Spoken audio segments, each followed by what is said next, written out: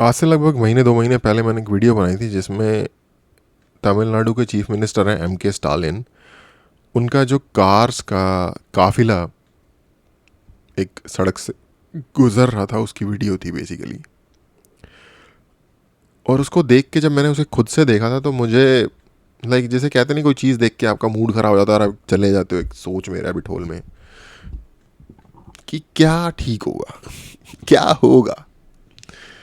ये एक राज्य का जो चीफ मिनिस्टर है बेसिकली, जो कि वोट लेके 5 साल के लिए आया है, वो ऐसे बिहेव कर रहा है कि शायद ये एक ऐसी एंटिटी है जो परमानेंटली रहेगी इस दुनिया में और इस दुनिया की आधी संपत्ति पे इसका अधिकार है और ये बहुत ऊपर है बाकी आम लोगों से। ऐसे बिहेव कर रहा है एक आम छोटे से, छोटा भी नहीं, चलो ठीक है छोटा नहीं कहते, एक राज्य का चीफ मिनिस्टर जो कि लोगों का वोट लेके आया, जो कि पब्लिक सर्वेंट है। 5 साल मिले हैं सिर्फ उसको ये करने के लिए। दोबारा इलेक्शन जीत के 5 साल के लिए और आ जाए वो एक अलग बात है, लेकिन टेक्निकली तो 5 ही साल है। आम आदमी की बेइज्जती या फिर लैक ऑफ इज्जत, जो भी आप कह लो, इसको जैसे भी कैटेगराइज करना चाहो, और अपनी उस लैक ऑफ इज्जत के प्रति अनअवेयरनेस, इग्नोरेंस, कि मैं जिसके वोट से ये इंसान, जो कि हम दोनों इस डेमोक्रेटिक कंट्री में बराबर के इंसान हैं, मैं एक सड़क में साइड में खड़े हुए कुत्ते की तरह ट्रीट हो रहा हूँ और हम, मेरे और मेरे जैसे ही बाकी सारे नागरिकों के जो दिए हुए पैसे हैं, उन पैसों से ये जो व्यक्ति है, जैसे हमने अपने काम करने के लिए चुना है, ये महाराजा वाला लाइफस्टाइल, इनफैक्ट उससे भी कोई आगे होगा ना। महाराजा की भी एक रिस्पॉन्सिबिलिटी होती है, अपनी प्रजा की इज्जत करे, अपने प्रजा की रिस्पेक्ट करे, अपनी प्रजा का ध्यान रखे। बट ये तो out of any bounds behave करते हैं। और एम के स्टालिन की बात नहीं है, मैंने खुद से हरियाणा के चीफ मिनिस्टर का मोटरकेट देखा था एक बार दिल्ली में, और मैं उस वक्त शायद 17-18 साल का हूँ, हाई स्कूल से बाहर आया था जस्ट, और मैं हिल गया था भाई। मुझे, क्योंकि मुझे तो पता नहीं था चीफ मिनिस्टर का मोटरकेट है। मैं कह रहा भाई इतनी फॉर्च्यूनर किसके पास है? 12-14 फॉर्च्यूनर लाइन से गई, जिसमें से बंदे गन निकाल के बाहर लटक रहे थे। अब पता नहीं लटक क्यों रहे थे भाई, दिल्ली, नई दिल्ली के बीच में ऐसा कौन सा सिक्योरिटी लैब्स हो जाना था उनको। बट एनीवे चलो, तो वो तो एक मैंने वीडियो बनाई थी जिसपे कि मैंने रोना धोना धोया था, जिसपे कि आई थिंक शायद लोगों को ये बातें या तो पसंद नहीं आती ऐसी बातें सुनना, या तो लोगों को शायद रियलाइज़ ही नहीं है कि ये कितनी फंडामेंटल एक हमारी सोसाइटी की लाइक दुख भरी दास्तान है, आयरनी है। फिर आप देखते हो ऑस्ट्रेलिया में अगर प्राइम मिनिस्टर किसी के लॉन पे खड़ा होकर 2 मिनट स्पीच देने लग जाता है तो घर से बंदा बाहर निकलता, कहता है गेट ऑफ माई लॉन, और प्राइम मिनिस्टर कहता है सॉरी, हट जाता हूँ। ठीक है, ये प्राइम मिनिस्टर है ऑस्ट्रेलिया का, जहाँ पे इंसान की ज़िंदगी की, उसकी सेल्फ रिस्पेक्ट की, उसके बाकी राइट्स की कुछ इज्जत है। एनीवे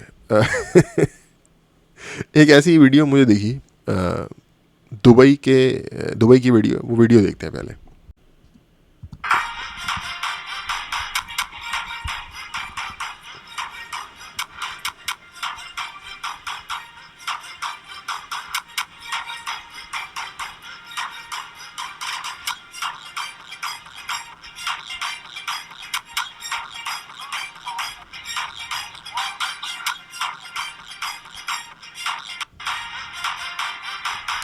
अब जिन लोगों को ये वीडियो समझ में नहीं आई ना, क्योंकि मुझे नहीं समझ आई थी पहली बार कि क्या है, क्योंकि मैंने पढ़ा नहीं था। लिखा हुआ है when the king of UAE stops at red light, only possible in UAE.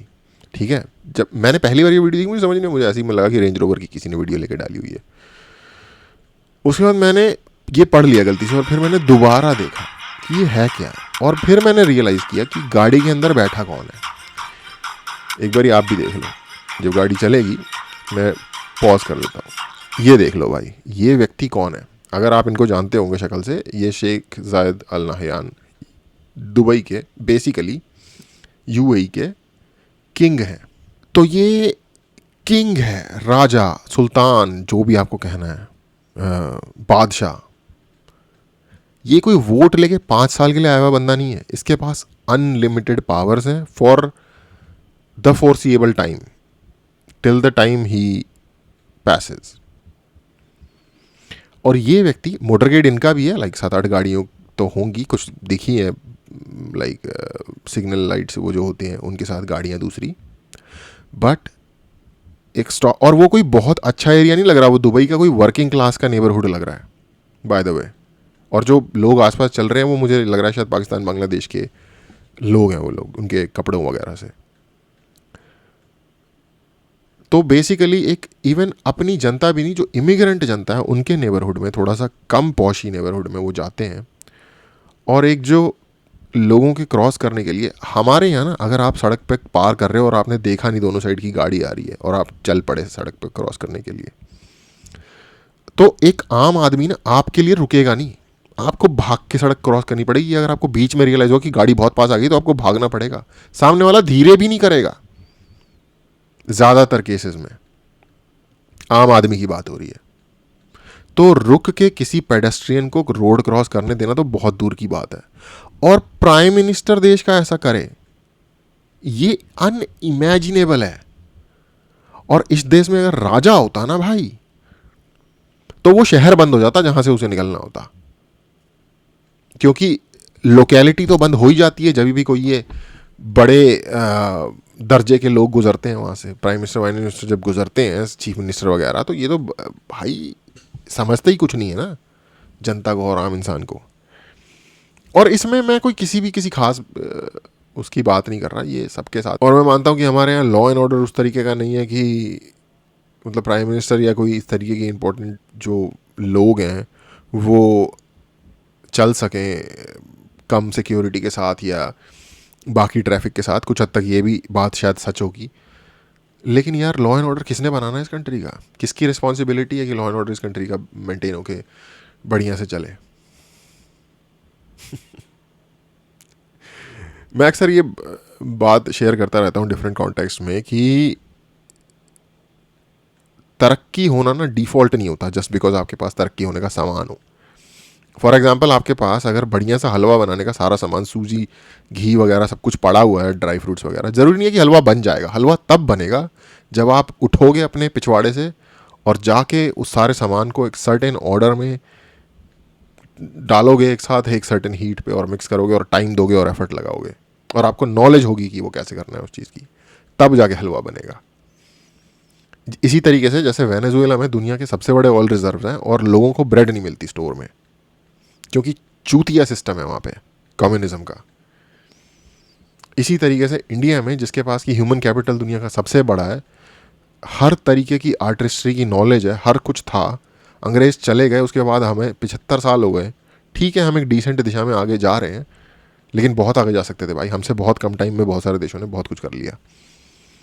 Dubai उसमें से एक एग्जांपल है बाय द वे। चलो ठीक है, उनके पास तेल था, बट अगेन तेल होने का मतलब ये नहीं होता कि आप अमीर हो जाओगे। लीडरशिप उस तरीके की होनी चाहिए जो ऐसी पॉलिसीज़ बनाए जो एक्चुअल में कंट्री को आगे लेके जाएगी। और जब आप देखते हो कि इनके लीडर का यह बिहेवियर है, और ये कोई एक इंस्टेंस नहीं है, इस तरीके के बहुत सारे आपको देखने को मिल जाएंगे इवेंट्स।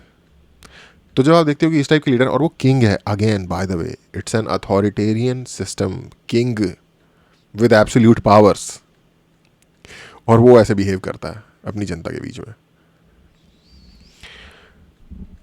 तो अगर आज दुबई तरक्की पे है, और इनफैक्ट उसकी ज़्यादातर आमदनी अब तो तेल से भी नहीं आती बल्कि बाकी सर्विसेज से आती है, और पूरी दुनिया के लोग वहाँ जाना चाहते हैं। सिंगापुर और दुबई दो ऐसी जगहें बन गई हैं जहाँ पे सबसे बड़ी मात्रा में बिलियनर्स मूव होना चाहते हैं या मिलियनर्स मूव होना चाहते हैं। तो उसके पीछे इस तरीके का विजन और लीडरशिप छुपी हुई है।